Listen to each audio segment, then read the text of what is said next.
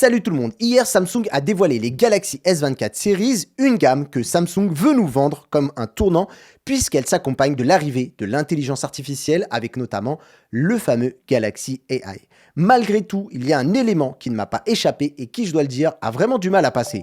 Salut tout le monde, c'est Mathieu, de rester connecté et il faut qu'on parle.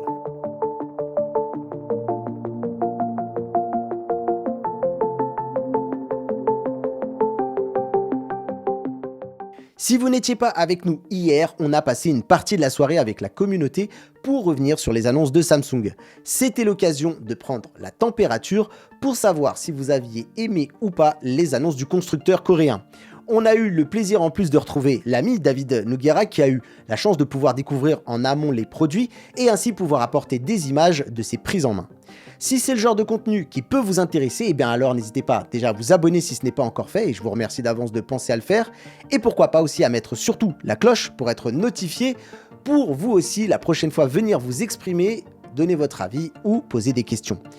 Alors, si globalement la communication de Samsung a été, je pense, à la hauteur des attentes des amateurs de la marque, il y a un élément qui m'a contrarié. Le choix de remettre de l'Exynos sur les Galaxy S24 et les Galaxy S24 Plus. Car oui, si c'est une puce Qualcomm que vous voulez, il faudra nécessairement passer par l'achat du Galaxy S24 Ultra qui n'est pas accessible à tous les budgets. Et il reste aussi une autre solution, c'est celle de passer par l'import. Mais honnêtement, c'est pas forcément l'idéal pour tout le monde. Il y a des gens qui sont frileux et je peux le comprendre. Alors il faudra sans doute attendre les tests, mais on va dire que généralement, on sait que l'Exynos est inférieur au Snapdragon. C'est une puce qui accuse du retard sur sa partie GPU, qui est moins bonne en termes de dissipation au niveau de sa chauffe, qui a un ISP qui s'occupe de la partie du traitement photo et vidéo qui est moins efficace et qui a également des résultats en deçà au niveau de l'autonomie. Alors mon problème, ce n'est pas forcément ce nouvel Exynos 2400 qui est une puce quand même très performante.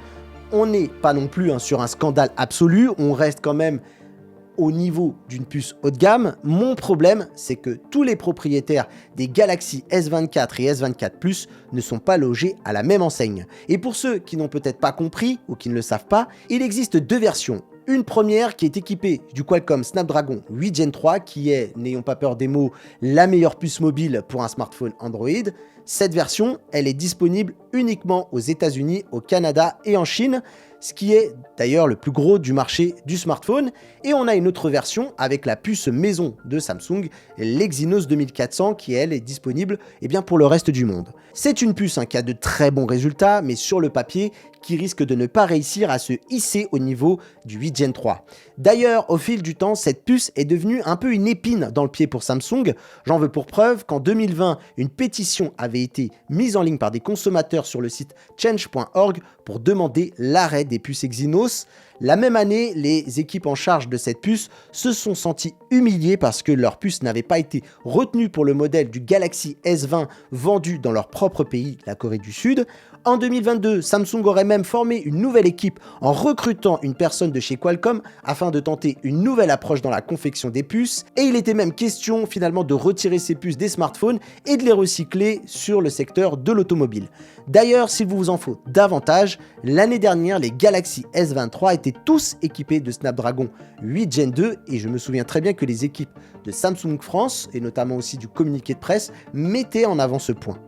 Et l'une des raisons non avouables, c'est que ça venait du fait que les résultats de l'Exynos 2300 étaient très en deçà des attentes, sinon je pense que ces Galaxy S23 auraient également eu cette déclinaison. Bref, de mon point de vue, je pense que Samsung a sans doute vraiment pensé à abandonner l'Exynos, en tout cas tout du moins sur les smartphones très haut de gamme. Malgré tout, il n'est pas impossible que le constructeur ait fait marche arrière lorsqu'il a vu le coût de tout passer en Snapdragon. Acheter une puce maison à sa filiale Samsung System LSI qui est derrière les Exynos est bien moins cher. Nous, le reste du monde, sommes donc les bonnes poires qui allons aider Samsung à faire des économies et ce qui me scandalise le plus, c'est que nous n'avons même pas le droit à une compensation au niveau du tarif pour ça. C'est-à-dire qu'on va payer exactement la même chose que si on avait acheté un smartphone sous Snapdragon. Alors certains pourraient être tentés de me dire que ça fait longtemps que c'est comme ça, pourquoi râler maintenant? Parce que premièrement, je pense qu'il n'est jamais trop tard pour s'indigner. Qu'en plus, sur les Galaxy S23, tout le monde avait eu le droit à du Snapdragon, et d'ailleurs on pourrait se demander Pourquoi pas d'Exynos pour tout le monde sur les S24 et les S24 Plus? Surtout si Samsung assure que les résultats sont maintenant au niveau. Imaginez un peu les économies qu'il pourrait réaliser. Il est donc probable que ce ne soit pas vraiment le cas. Lors du live d'hier soir, Michael, présent sur le chat que je salue, me disait à juste titre « Les pixels de Google sont à base d'Exynos et pourtant ça ne fait pas tout un scandale ». Ce à quoi j'ai répondu que c'était vrai, mais que au moins dans ce cas de figure-là, il n'y a pas de variante. Tous les utilisateurs de Pixel ont le même Tensor G3 avec ses forces et ses faiblesses, et on n'a pas l'impression de servir de béquille sans concession de la part de Google. Je conclurai par donner quand même un bon point à Samsung, c'est qu'au moins les personnes ayant un S23, qui lui est sous Qualcomm du coup, auront le droit via une mise à jour à toutes les nouveautés logicielles qui ont été annoncées hier, ce qui n'oblige pas les gens à changer. Et c'est d'ailleurs pour moi la meilleure chose à faire au vu du peu de progression de matériel annoncé. Malgré tout, un article de Frandroid laisse à penser que de gros efforts ont été faits sur cet Exynos 2400, mais il conclut quand même l'article en admettant que Samsung ne doit pas être totalement convaincu des performances, puisque je vous le rappelle, le S23 Ultra est sous Snapdragon 8 Gen 3, et ce, même en Europe. Encore une fois, les tests me donneront raison ou tort, donc, eh bien, on va attendre et voir. Bien entendu, si vous voulez creuser la question, je vous mets tous les articles qui m'ont servi à illustrer cet édito, on va dire, en bas dans la description. Bref, voilà le coup de gueule que je voulais vous transmettre. À vous de me dire en commentaire si vous êtes d'accord avec mon analyse ou si je m'enflamme pour un sujet qui n'est finalement pas si grave. C'est tout de même une rengaine que je vois quand même passer depuis plusieurs années et je voulais vous en parler. On a même eu le droit à une pétition, c'est dire. La parole, elle est maintenant à vous. Dites-moi si vous connaissiez ce sujet et quel est votre avis sur la question.